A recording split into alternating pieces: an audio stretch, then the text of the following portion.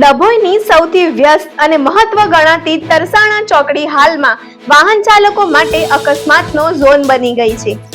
10 દિવસ પહેલા આવેલા વાવાઝોડાના કારણે અહીં લગાવેલું દિશા સૂચક બોર્ડ નીચે પડી ગયું હતું, પરંતુ આટલો સમય વીતી ગયો હોવા છતાં સ્ટેટ હાઈવે વિભાગે નવું બોર્ડ લગાવવાની કોઈ કાર્યવાહી કરી નથી।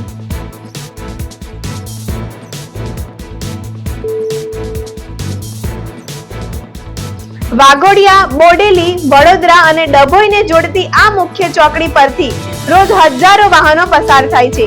ખાસ કરીને રાત્રિના સમયે બહાર ગામથી આવતા વાહન ચાલકો રસ્તો ભૂલી જાય છે, જેના કારણે અચાનક બ્રેક મારવી પડે છે અને ગંભીર અકસ્માતનો ભય વધે છે।